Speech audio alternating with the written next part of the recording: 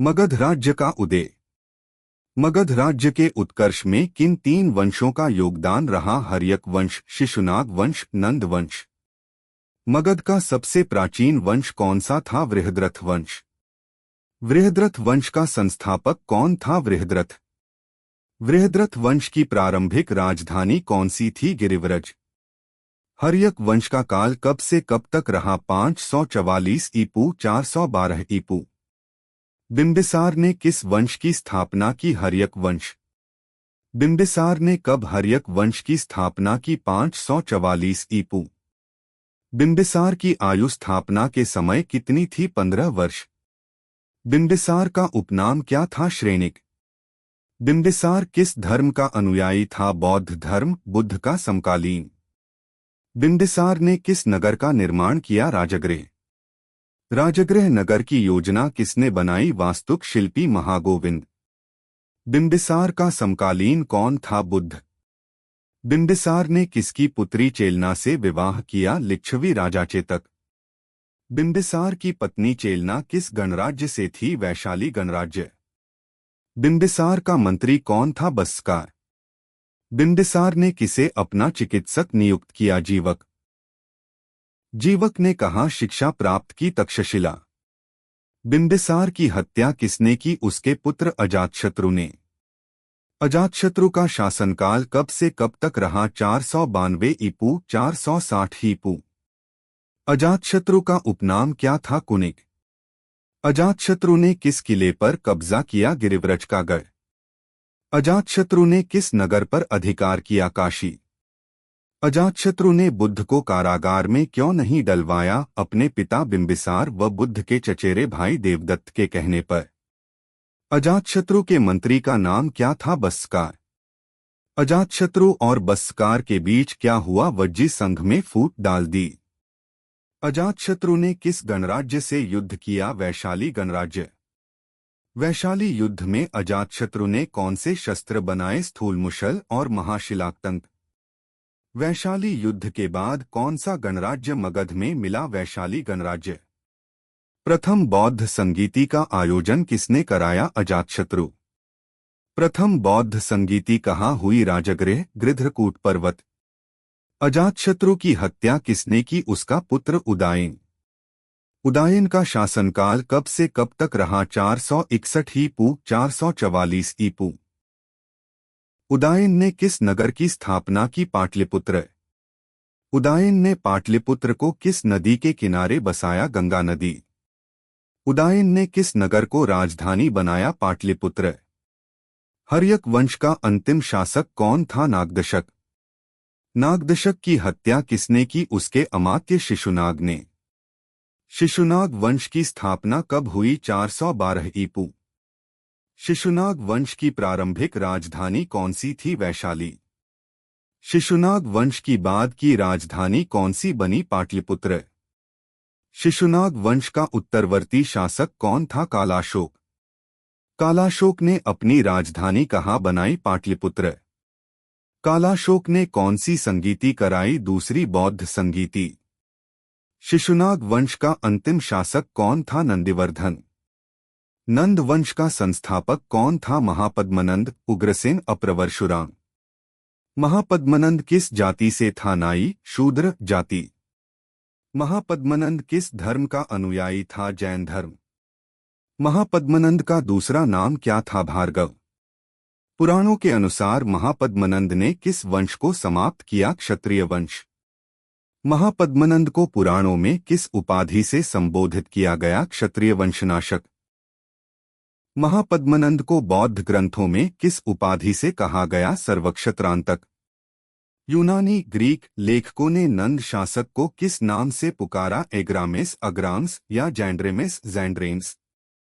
नंद वंश का अंतिम शासक कौन था? धनानंद। धनानंद की हत्या किसने की? चाणक्य व चंद्रगुप्त मौर्य ने। नंद वंश के बाद कौन सा वंश स्थापित हुआ? मौर्य वंश। सिकंदर का जन्म कब हुआ? 356 ईपू। सिकंदर के पिता का नाम क्या था? फिलिप द्वितीय। सिकंदर किस देश का राजा था? मकदूनिया। सिकंदर के गुरु का नाम क्या था? अरस्तु। सिकंदर ने भारत पर कब आक्रमण किया? 326 ईपू। सिकंदर भारत में किस मार्ग से आया? काबुल होते हुए हिंदुकुश पर्वत पार करके। सिकंदर ने कौन सी नदी पार की? सिंधु नदी। सिकंदर ने किस भारतीय राजा से युद्ध किया? पोरस। सिकंदर व पोरस के बीच कौन सा युद्ध हुआ? हाइडेस्पीस झेलम का युद्ध। 326 ईपू। पोरस को हराने के बाद सिकंदर ने क्या किया? पोरस को उसका राज्य वापस कर दिया। सिकंदर के आक्रमण के समय तक्षशिला का शासक कौन था? आभी। सिकंदर का प्रमुख सेनापति कौन था? Seleucus Nicator. सिकंदर की सेना ने किस नदी को पार करने से मना कर दिया? व्यास नदी। सिकंदर कब और कहां मरा? 323 ईपू। बेबीलोन में। सिकंदर की मृत्यु के समय उसकी आयु कितनी थी? 33 वर्ष। सिकंदर के आक्रमण के समय भारत में कौन सा वंश शासन कर रहा था? नंद वंश। सिकंदर के आक्रमण से भारत में किस प्रकार के संबंध बने? राजनीतिक, सांस्कृतिक व व्यापारिक संबंध। भारत में सिकंदर के आक्रमण के मुख्य स्रोत कौन से हैं? नियार्कस, ओनिसिक्रिटस और एरिस्टोबुलस। मौर्य साम्राज्य। मौर्य वंश का वर्णन ब्राह्मण साहित्य में किस रूप में मिलता है? शूद्र। मौर्य वंश का वर्णन रोहितक शापुर के अनुसार किस रूप में मिलता है? वैश्य। जैन व बौद्ध साहित्य में मौर्य वंश को किस रूप में माना गया है? क्षत्रिय। मुद्राराक्षस विशाखदत्त के अनुसार मौर्य किस वर्ग के थे? निम्न वर्गीय। मुरार। मौर्य वंश की जानकारी किस पुराण से मिलती है? विष्णु पुराण। मौर्य वंश का संस्थापक कौन था? चंद्रगुप्त मौर्य। चंद्रगुप्त मौर्य का जन्म कब हुआ? 340 ईपू। चंद्रगुप्त मौर्य का जन्म कहाँ हुआ? बिहार में। चंद्रगुप्त मौर्य ने शिक्षा कहाँ प्राप्त की? तक्षशिला।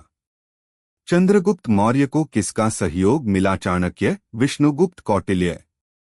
चंद्रगुप्त मौर्य ने किस नंद शासक को हराया? धनानंद, नंद वंश का अंतिम शासक। मौर्य साम्राज्य की स्थापना कब हुई? 322 ईपू। मौर्य साम्राज्य को भारत का पहला क्या कहा जाता है? पहला भारतीय साम्राज्य।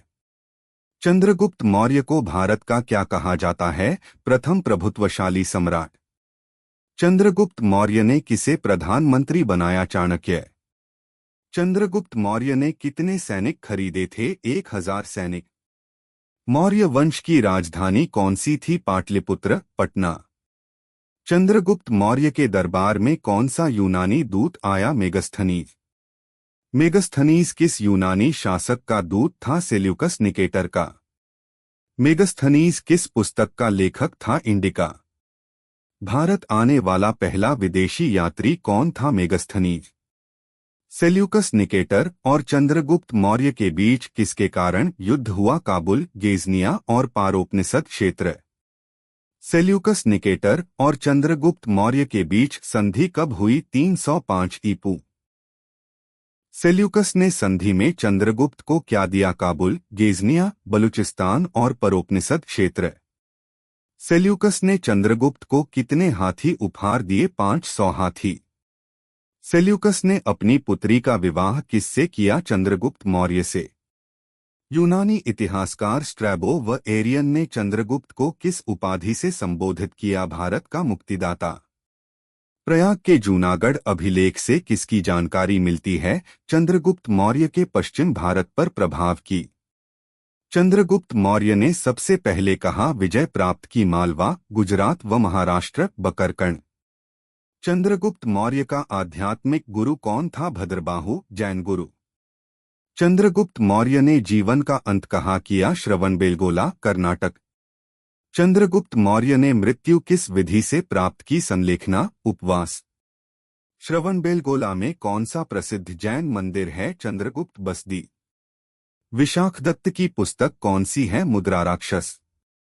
मुद्राराक्षस में चंद्रगुप्त मौर्य के लिए कौन सा शब्द प्रयोग किया गया है? वृषल। किस पुस्तक से चंद्रगुप्त और कौटिल्य की सफलता का विवरण मिलता है? मुद्राराक्षस। पाटलिपुत्र के महलों को देखकर किसने लिखा कि यह मिस्र द्वारा बनाए गए महलों के समान हैं? मेगस्थनीज। कौटिल्य चाणक्य ने राज्य के 7 अंग बताए। राजा, अमात्य, जनपद, दुर्ग, कोष, मित्र, दंड। जैन लेखों के अनुसार चंद्रगुप्त ने शासन का अंत कहाँ किया? श्रवणबेलगोला, कर्नाटक। चंद्रगुप्त ने शासन का अंत करते समय कितने वर्षों तक मगध पर शासन किया? 12 वर्ष। चंद्रगुप्त मौर्य ने अकाल व दुर्भिक्ष से बचाव हेतु क्या उपाय किए? जनता के लिए 3 कोठारों का निर्माण। चंद्रगुप्त मौर्य ने किस स्थान पर सुरमई झील का निर्माण कराया? गिरनार क्षेत्र, गुजरात। चंद्रगुप्त मौर्य का उत्तराधिकारी कौन था? बिंदुसार। बिंदुसार का शासनकाल कब था? 298 ईपू 272 ईपू। बिंदुसार को और किन नामों से जाना जाता है? अमित्रघात, अमित्रचेतस, यूनानी। तिब्बती इतिहासकार तारानाथ ने बिंदुसार को क्या कहा है? महान शासक। विश्व का प्रथम दिग्विजयी सम्राट किसे कहा जाता है? बिंदुसार। बिंदुसार ने दक्षिण भारत पर आक्रमण किया, लेकिन कहाँ तक नहीं बढ़ा? तमिलनाडु, चोल, पांड्य, चेरा राज्यों तक नहीं गया। यूनानी स्रोतों में बिंदुसार का दूसरा नाम क्या है? एलेट्रोक्यूडस एमिट्रोचेट्स। बिंदुसार के दरबार में कौन सा यूनानी राजदूत आया? डायमैक्स। बिंदुसार के समय कितने राज्यों को मगध ने अधीन किया? 16 राज्य। बिंदुसार का पुत्र और उत्तराधिकारी कौन था? अशोक। अशोक का शासनकाल कब से कब तक रहा? 269 ईपू 232 ईपू। अशोक ने कितने वर्षों तक अपने भाइयों के साथ सत्ता संघर्ष किया? 4 वर्ष। सिंहली परंपरा के अनुसार अशोक ने कितने भाइयों की हत्या की? 99 भाइयों की। अशोक की माता का नाम क्या था? धर्मा बटा सुभद्रांगी। अशोक की पत्नी का नाम क्या था? देवी, विदिशा की कन्या। अशोक की दूसरी पत्नी का नाम क्या था? करुवा की। अशोक की पुत्री का नाम क्या था? संघमित्रा। अशोक के पुत्र का नाम क्या था? महेंद्र। अशोक के पुत्र और पुत्री को कहाँ भेजा गया? श्रीलंका, बौद्ध धर्म प्रचार हेतु। अशोक की दूसरी पत्नी करुवाकी का पुत्र कौन था? तिवाला।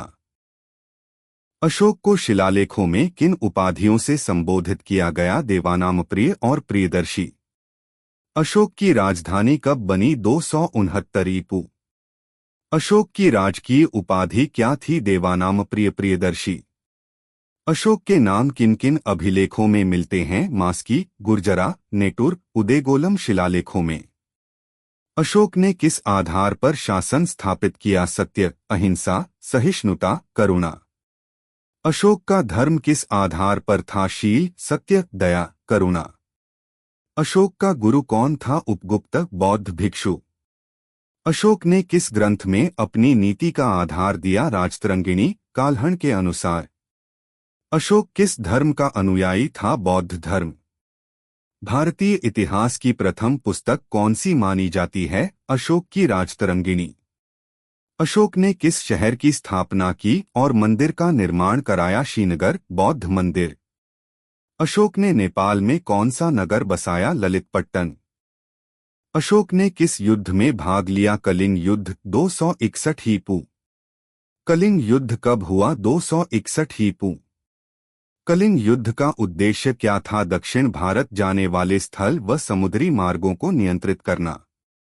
कलिंग युद्ध में अशोक को विजय तो मिली, लेकिन कितने लोग मारे गए? 1 लाख लोग। कलिंग युद्ध में कितने लोग कैदी बनाए गए? 1.50 लाख लोग। कलिंग युद्ध के बाद अशोक ने कौन सा शिलालेख जारी किया? धम्मघोष। कलिंग युद्ध के बाद अशोक ने किस नीति को अपनाया? बौद्ध धर्म व धम्मनीति। कलिंग युद्ध के बाद अशोक ने धर्म प्रचार हेतु किसे भेजा? अपने पुत्र महेंद्र और पुत्री संघमित्रा को। कलिंग का प्राचीन नाम क्या था? उदरंग। कलिंग की राजधानी कौन सी थी? तोसली, धौली। कलिंग युद्ध के बाद अशोक ने कौन से शिलालेख खुदवाए? हाथी गुम्फा शिलालेख, धौली शिलालेख। अशोक के धौली शिलालेख से क्या जानकारी मिलती है? कलिंग युद्ध और धर्म विजय। अशोक की नीति किस नाम से जानी जाती है? धम्मनीति। अशोक को उसके शिलालेखों में किस उपाधि से पुकारा गया है? देवानामप्रिय, प्रियदर्शी। अशोक ने अपनी नीति का आधार किसे बनाया? शील, सत्य, अहिंसा, सहिष्णुता, करुणा। अशोक का धम्म किस प्रकार का था? नैतिक व सामाजिक नीति। अशोक का धम्म किससे भिन्न था? बौद्ध धर्म से, क्योंकि बौद्ध धर्म धार्मिक था, धम्म नैतिक नीति थी। अशोक ने धम्म प्रचार के लिए किसे नियुक्त किया? धर्ममहामात्र। अशोक ने धर्ममहामात्र की नियुक्ति कब की? 14वें शिलालेख में उल्लेख, लगभग 257 ईपू। धर्ममहामात्र का कार्य क्या था? प्रजा के नैतिक व धार्मिक जीवन की देखरेख करना। अशोक ने धम्म प्रचार के लिए कितने धर्ममहामात्र नियुक्त किए? 4 धर्ममहामात्र। अशोक ने किस संगीति का आयोजन कराया? तृतीय बौद्ध संगीति। तृतीय बौद्ध संगीति कब और कहाँ हुई? 250 ईपू, पाटलिपुत्र। तृतीय बौद्ध संगीति का अध्यक्ष कौन था? मोग्गलिपुत्र तिस भिक्षु। तृतीय बौद्ध संगीति में कौन सा ग्रंथ संकलित किया गया? कथावत्थु। अशोक ने तृतीय बौद्ध संगीति क्यों बुलाई? संघ में शुद्धता और अनुशासन बनाए रखने हेतु। अशोक ने तृतीय बौद्ध संगीति के बाद किसे कहाँ भेजा? अपने पुत्र महेंद्र और पुत्री संघमित्रा को श्रीलंका। अशोक ने बौद्ध धर्म प्रचार हेतु किन देशों में भिक्षु भेजे? श्रीलंका, अफगानिस्तान, सीरिया, मिस्र, यूनान, म्यांमार, बर्मा, थाईलैंड। अशोक ने बौद्ध धर्म के प्रचार के लिए कौन सा शिलालेख जारी किया? धम्म शिलालेख। अशोक ने किसे अपना मुख्य गुरु माना? उपगुप्त बौद्ध भिक्षु। अशोक को किस उपनाम से पुकारा गया? प्रियदर्शी। अशोक के धम्म नीति का मुख्य उद्देश्य क्या था? प्रजा का कल्याण और नैतिक उत्थान। अशोक के अभिलेख किस भाषा में हैं? प्राकृत भाषा। अशोक के अभिलेख किस लिपि में खुदे हैं? ब्राह्मी लिपि। अशोक के शिलालेख कहाँ पाए गए? गिरनार, कालसी, शाहबाजगढ़ी, मानसेहरा, एरगुड़ी, सोपारा, धौली, जूनागढ़ आदि। अशोक के अभिलेखों की कुल संख्या कितनी है? 33। अशोक के शिलालेख कितने प्रकार के हैं? 2 प्रकार, शिला अभिलेख और स्तंभ अभिलेख। अशोक के शिलालेखों की भाषा क्या है? प्राकृत भाषा। अशोक के अफगानिस्तान और पाकिस्तान क्षेत्र के शिलालेख किस लिपि में हैं? खरोष्ठी और अरामाइक। अशोक के अभिलेखों की खोज सबसे पहले कब हुई? 1750 ई में। अशोक के अभिलेखों को पढ़ने का श्रेय किसे जाता है? जेम्स प्रिंसेप, 1837 ई। अशोक के अभिलेखों से किस उपाधि की जानकारी मिलती है? देवानामप्रिय और प्रियदर्शी। अशोक का नाम सीधे किस शिलालेख में मिलता है? मास्की शिलालेख। मास्की शिलालेख किस राज्य में स्थित है? कर्नाटक। अशोक के शिलालेखों की लिपि भारत में क्या थी? ब्राह्मी लिपि। अशोक के शिलालेखों की लिपि उत्तर पश्चिम भारत में क्या थी? खरोष्ठी लिपि। अशोक के शिलालेखों की लिपि अफगानिस्तान क्षेत्र में क्या थी? अरामाइक और ग्रीक। अशोक के कुल बड़े शिला अभिलेख कितने हैं? 14। अशोक के छोटे शिला अभिलेख कितने हैं? 4। अशोक के स्तंभ अभिलेख कितने हैं? 7 मुख्य। अशोक के किस शिलालेख में कलिंग युद्ध का वर्णन है? धौली और जौगढ़ शिलालेख। अशोक के किस अभिलेख से तृतीय बौद्ध संगीति की जानकारी मिलती है? शिलालेख 13। अशोक के किस शिलालेख से बौद्ध धर्म प्रचार का उल्लेख मिलता है? धम्म शिलालेख। अशोक के शिलालेखों से किस नीति की जानकारी मिलती है? धम्म नीति। मौर्यकालीन सर्वोच्च अधिकारी को क्या कहा जाता था? तिष्यबटा तीर्थ। राजा का उत्तराधिकारी किसे कहते थे? युवराज। नगर का प्रमुख अधिकारी कौन था? नगराध्यक्ष। नगर का प्रमुख न्यायाधीश कौन था? व्यावहारिक। अंतःपुर महल का अध्यक्ष कौन था? अंतःपुराध्यक्ष। गुप्तचर विभाग का प्रमुख कौन था? संचाराध्यक्ष। ग्राम प्रमुख को क्या कहा जाता था? ग्रामी। ग्राम का मुखिया किसे कहा जाता था? ग्रामपति। मौर्यकाल में भूमि का वर्गीकरण कितने भागों में किया गया था? 3। मौर्यकाल की 3 प्रकार की भूमि कौन सी थी? सीता भूमि, निजी भूमि, देव भूमि। मौर्यकालीन समाज को कितने वर्गों में बांटा गया था? 7 वर्ग। मौर्यकालीन समाज के 7 वर्ग कौन से थे? दार्शनिक, व्यापारी, किसान, कारीगर, सैनिक, मंत्री, गुप्तचर। मौर्य साम्राज्य में गुप्तचर विभाग के अधिकारी किस नाम से जाने जाते थे? महामात्र। मौर्य काल में राजा का सहायक मंत्री परिषद क्या कहलाता था? मंत्रिपरिषद। मौर्य काल में राजा के बाद शासन का प्रमुख स्तंभ कौन था? अमात्य। मौर्य काल में नगर की रक्षा कौन करता था? नगराध्यक्ष। मौर्य काल में कोष खजाने का प्रमुख अधिकारी कौन था? कोषाध्यक्ष। मौर्यकालीन सेना कितने भागों में विभाजित थी? 6 भागों में। मौर्यकालीन सेना के 6 विभाग कौन से थे? पैदल, घुड़सवार, रथ, हाथी, नौसेना, आयुध। मौर्यकालीन सेना की सर्वोच्च समिति कौन सी थी? सेना परिषद। सेना परिषद में कितने सदस्य होते थे? 30 सदस्य। मौर्यकाल में न्याय विभाग का प्रमुख कौन था? धर्माध्यक्ष। मौर्यकाल में कर विभाग का प्रमुख कौन था? समाहर्ता। मौर्यकाल में राजा की सूचना लाने वाला अधिकारी कौन था? पत्रभृत। मौर्यकाल में सड़कों की देखरेख कौन करता था? सीताध्यक्ष।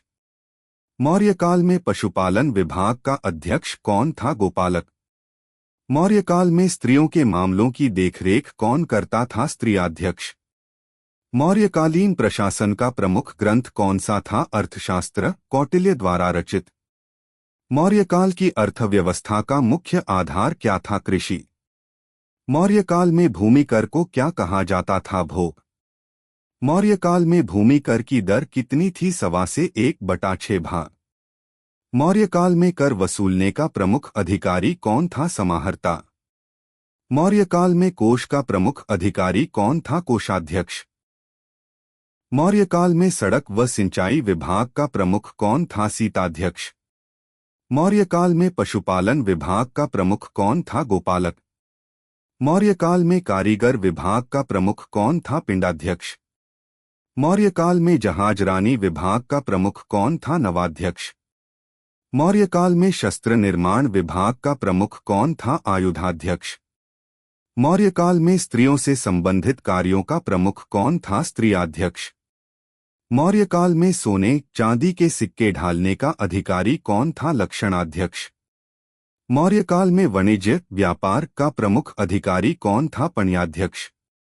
मौर्यकाल में सीमा शुल्क वसूलने का अधिकारी कौन था? शुल्काध्यक्ष। मौर्यकाल में मजदूरी व शिल्प से कर वसूलने का अधिकारी कौन था? पिंडाध्यक्ष। मौर्यकाल में गुप्तचरों का वेतन कौन देता था? कोषाध्यक्ष। मौर्यकाल में सेना की देखरेख कौन करता था? सैनिकाध्यक्ष। मौर्यकाल में खेती योग्य भूमि का सर्वेक्षण किसने कराया? कौटिल्य, अर्थशास्त्र में वर्णन। मौर्यकाल में किसानों को बीज और हल किसके द्वारा उपलब्ध कराए जाते थे? राज्य द्वारा। मौर्यकालीन व्यापार का मुख्य साधन क्या था? नदी और समुद्री मार्ग। मौर्यकालीन सिक्कों को क्या कहा जाता था? पंचमार्कित सिक्के। पंचमार्कित सिक्के किस धातु के होते थे? चांदी के। मौर्यकालीन सिक्कों पर क्या अंकित होता था? पंचचिन्ह, हाथी, पहिया, पर्वत, वृक्ष, सूर्य आदि। मौर्यकालीन व्यापार किन देशों तक फैला हुआ था? यूनान, मिस्र, श्रीलंका, चीन। मौर्यकाल में विदेशी दूतावास कहाँ स्थापित किया गया? पाटलिपुत्र। मौर्यकाल के दौरान विदेशी व्यापार पर नियंत्रण किसके हाथ में था? राजा और पणयाध्यक्ष। मौर्यकालीन राजस्व का सबसे बड़ा स्रोत क्या था? कृषि। मौर्य वंश का अंतिम शासक कौन था? बृहद्रथ। बृहद्रथ की हत्या किसने की? उसके सेनापति पुष्यमित्र शुंग ने। मौर्य साम्राज्य का पतन कब हुआ? 185 ईपू।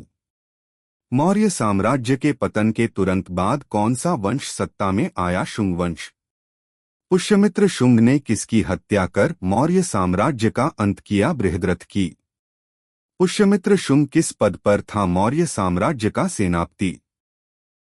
मौर्य साम्राज्य के पतन का मुख्य कारण क्या था? अशोक की अहिंसक नीति और धम्म नीति।